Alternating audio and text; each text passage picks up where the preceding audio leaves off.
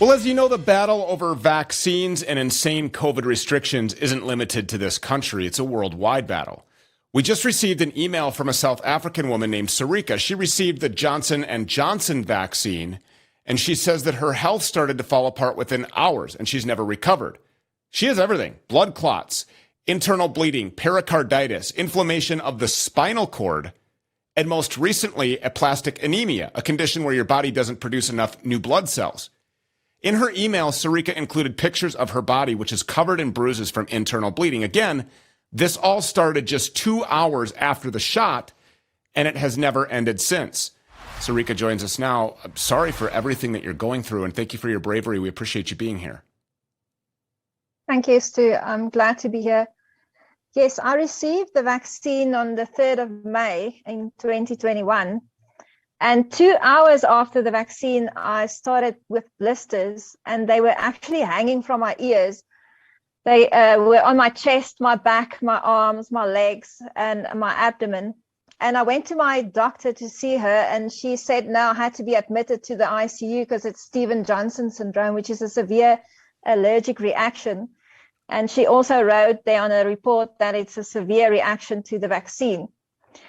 And then from 2 days after the vaccine, I started with a menstrual cycle, which never ended. I'm still having the same cycle. And it's so heavy that I had to have infusions in the hospital just to hydrate me back to a healthy condition. And then I also started with intestinal bleeding, which I had about 3 times, and they had to take me to theater to insert a camera to see what's going on. And the report that they gave me was that my intestines were so severely inflamed that it was just bleeding. And then I had a blood clot. I just woke up this one day in the hospital when they were still giving me infusions to restore my blood loss. And I had this severe pain in my left side. So they took me for a CT scan and then saw that I had a blood clot that shot through my left kidney. Now, I had very healthy kidneys before, never had a problem with my kidneys. They were 100% functioning. And now I have only 10% of the function left in my left kidney. And then when I left the hospital, I was discharged, and I actually went back to work just for a few days. And in my lunchtime, one of the girls told me, "What's wrong with your neck?" So I looked into a mirror, and my neck was swollen, my head was swollen, and it was so painful I couldn't even swallow my lunch. And they just sent me back to the ER again. So they did a sonar there and then saw that I had this blood clot in my neck, and then admitted me to the hospital, and they had to take me to theater to remove the blood clot in my neck and also remove some of the glands in my neck. They had to cut under my tongue, cut in my neck to remove this blood clot with some glands that didn't get blood circulation. And when they removed my infusion line after the operation, I shot another blood clot into my right arm. It was really painful. My arm was swollen, the color was off, and it was so painful. I went home, I was discharged. And when I got home, I got the COVID vaccine, the COVID infection. And I was so sick. I was really, really sick. I actually made a video for my family telling them that I think I'm not going to survive this, as I was so sick in my bed. And I told my husband that he must take me to hospital. But the hospitals were so full at that stage that you end up in an ER department, and then you don't get admitted unless you're probably dying. And they will just tell you to go home, take some oxygen with you, and just be monitored by your relatives. So I went home, and my husband was looking at me at home, looking after me. And then I started to have seizures.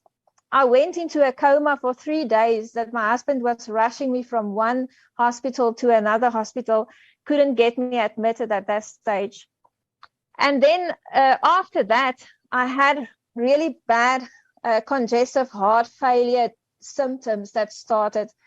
I remember I was on the theater table for one of my intestinal bleeding, and the surgeon actually was on a call with the cardiologist telling him that this lady is going to die on my table with heart failure. Her heart is starting to fail on the monitor as we speak. And then they put me to sleep to stop the bleeding. When I woke up, I was really sick, and had to go see the cardiologist because I had these palpitations in my chest, and he started to monitor me. And then my heart rate went from above 292 up to 400 beats per minute. And they had to take me to theater again and then insert a pacemaker. And it was so bad.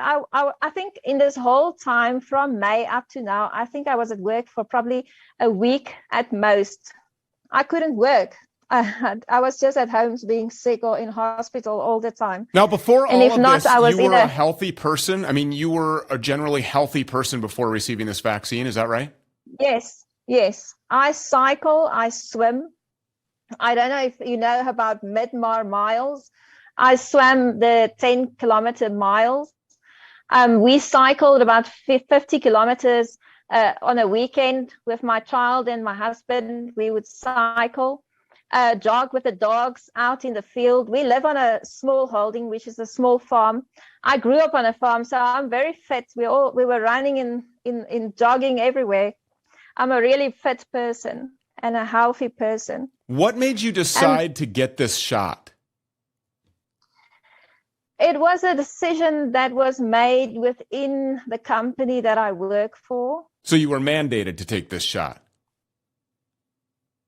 In a way, I think I'm going to regret saying this, but there were several emails that was sent to us to tell us that this is the best time to go be vaccinated, and that if we refuse the vaccination, that there will be consequences to this decisions that we make. Yes. And now the consequences that you're dealing with are life-changing. To my health. What's the prognosis? What are the doctors saying is going to happen to you? Well, I started off with symptoms, neurological symptoms. Now, just a few weeks ago, I started to have loss of feeling in my legs and functioning in my legs.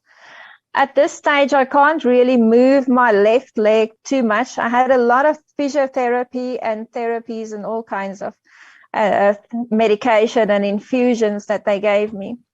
But now they said to me that I'm not allowed to drive, as this can reoccur and it can just relapse into a worse state that I am currently in. And so I'm not allowed to go to work at the moment. I'm not allowed to drive my car, which is really sad and puts you in a almost incapacitated state at home because you need help to do everything, which is really bad because it wasn't like that before. Has anybody told you along the way that this is not related to the injection? Have they tried to convince you that this is not the Johnson & Johnson shot that did this? Absolutely, yes. When I went to the ER with the loss of feeling in my legs and the loss of mobility, the first doctor, the surgeon, the neurological surgeon that saw me there, he immediately said it's related to the vaccine. He actually thought it was Guillain-Barré, and he was convinced that it's Guillain-Barré, and then said that it must be the vaccine. He was really convinced about that. But he took me over to his colleague, which is a neurologist, a woman, and she actually threatened me. She told me that if I mentioned the vaccine and adverse events of the vaccine just once more, that she will put me in a psychiatric institute. That was what she said. I mean, I just don't even have any words. That's unbelievable to hear this. Yes, that you can't really trust to go to doctors if you're having adverse events. I had a friend who inboxed me, and she actually was so desperate. Her husband, since he was vaccinated, is having several of the same symptoms that I am having at the moment. And he went to a couple of doctors. He jumped from one specialist to another, and two of them actually also told him that it's in his head. He must go to a psychiatric institute. And he's very desperate for treatment because he's not the same as he was before. So blood clots, inflamed spinal cord, inability to walk, an everlasting menstrual cycle, seizures, heart issues, these are all just in your head. Yeah. According to the neurologist lady, I am just making it up.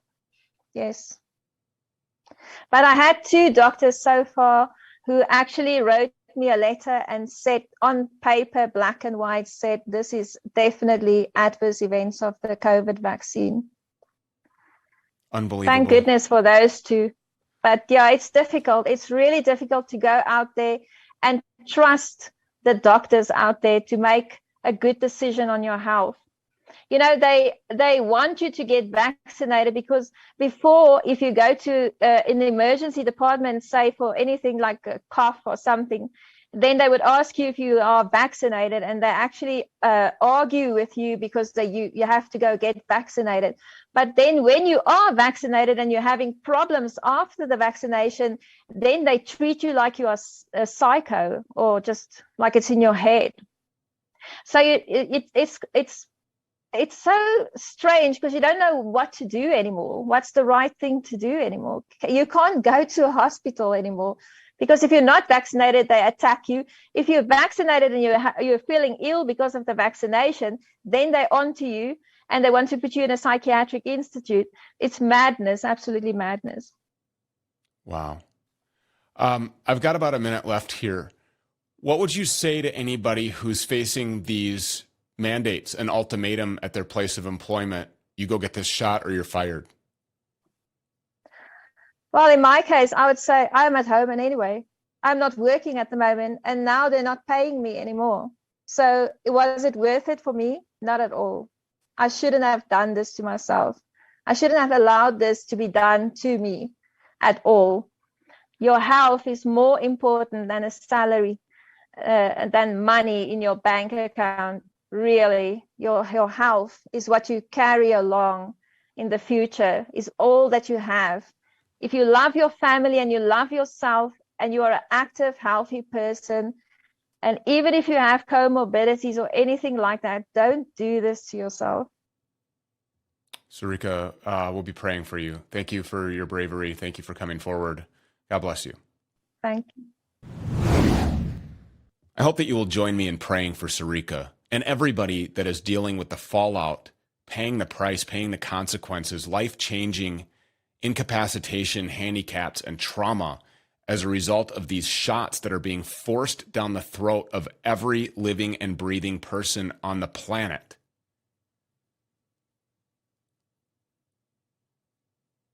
She's being told that she's crazy now. Dr. Vladimir Zelenko saved thousands of lives in upstate New York. He successfully treated 99.9% of his high-risk COVID patients because he believed in early treatment protocol. He's the original early treatment doctor that has risked it all bravely to come out here and tell you about things like ivermectin, hydroxychloroquine. He advised President Trump. He's a Nobel Prize nominee. He's a Presidential Medal of Freedom nominee. He's a brilliant humanitarian and a genius that wants to save lives. And as a result of that mission, he has put together this Z-Stack containing a lot of these essential ingredients that he calls the COVID killer. He says that if you've been jabbed with one of these shots, that you have a ticking time bomb inside of you, but that it doesn't need to go off. Go to zstackprotocol.com right now. Now, there was a backorder issue with these things. They are almost all the way caught up. You want to put them on auto ship. Put these things on auto ship so that you never run out of them. zstackprotocol.com. Again, go to zstackprotocol.com. One more time, it's zstackprotocol.com.